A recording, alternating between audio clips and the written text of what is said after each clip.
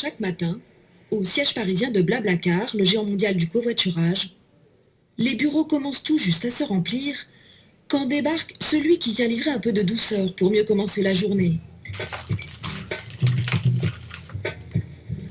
Ça va. Des quantités de fruits frais bio, mais aussi des fruits secs. Tout est gratuit et à volonté pour les salariés. Et c'est tous les matins comme ça. Premier arrivé, premier servi. Hein. C'est parti. Bien, merci. Alors, un habitué ou pas? Un habitué des fruits. Ouais. Alors sympa ou pas sympa, écoutez, très sympa. Des bons fruits frais dès le matin. Ça... Pas de petit-déj et on prend ça dès le matin, donc ça donne des bonnes vitamines. Et puis ça se passe bien. Fini le distributeur automatique de soda et de barres chocolatées. Place au manger sain dans l'entreprise. Cela n'a l'air de rien, et pourtant ces petites attentions feraient aujourd'hui toute la différence pour attirer les employés. Les créateurs de l'entreprise Daily Corner l'ont bien compris. Coucou, ça va? Ouais. Non, pas ça. 1, 2... Julie Pommelet et son associé Antoine Tranhu se sont même autoproclamés distributeurs de bonheur au bureau. Actuellement au bureau, je pense pas que ce soit la joie, et c'est pour ça que tous les jeunes ont du mal à rentrer dans les entreprises classiques, etc., parce qu'ils s'y retrouvent pas.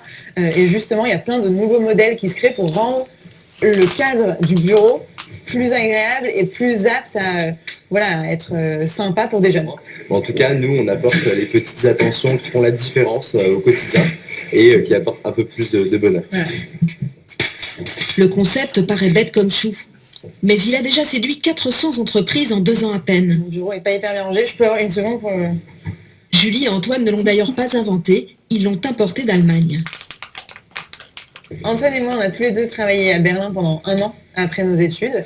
Et dans les boîtes dans lesquelles on était, on avait des petits déjeuners, des mueslis, des boissons, du lait, des fruits à disposition tous les jours. On prenait le petit déjeuner en équipe tout le temps, gratuitement. C'est un vrai impact sur la motivation au quotidien.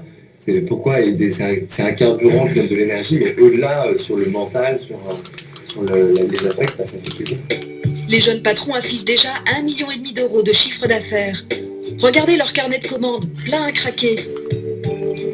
Il faut dire que le prix de ce service est assez compétitif, en moyenne 10 € par mois et par salarié. C'est l'argument choc d'Antoine. Aujourd'hui, il a rendez-vous avec le patron d'une entreprise informatique pour lui présenter son concept. Bonjour. Enchanté.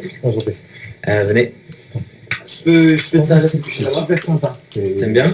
Ouais. Très joli. En plus des fruits, il va lui proposer toute une gamme de produits à grignoter au bureau. En prime, bon pour la santé. Des fruits secs dans des bocaux, des encas variés, également des boissons. Ouais, non, en fait, c'est exactement ce qu'on essaie de pousser, tu vois. C'est-à-dire que tout ce qui est canette, tout ça, on essaie justement d'éviter. Tout ce qui est mauvais pour la santé, on essaie d'éviter. On essaie de pousser ces produits-là qui sont justement bons, sains pour la santé. Donc c'est vraiment ce qu'on veut, c'est vraiment ce qu'on essaie de mettre en place. Ce jour-là, Antoine a visé juste. Il repart avec un contrat de 800 € par mois.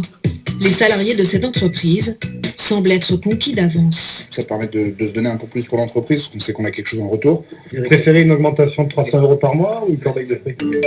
Les deux. Si c'est juste la corbeille de fruits, ouais, les 300 €. Mais c'est vrai que parfois 300 € par mois et travailler dans un cadre qui n'est pas forcément agréable, ça m'est déjà arrivé. Parfois, il vaut mieux faire la concession, perdre un peu en salaire, mais gagner en niveau de vie, travailler à côté, à côté de là où on vit, et puis avoir un environnement agréable, c'est sûr. Améliorer les conditions de travail, c'est aujourd'hui la préoccupation numéro 1 de très nombreuses entreprises, même les plus anciennes.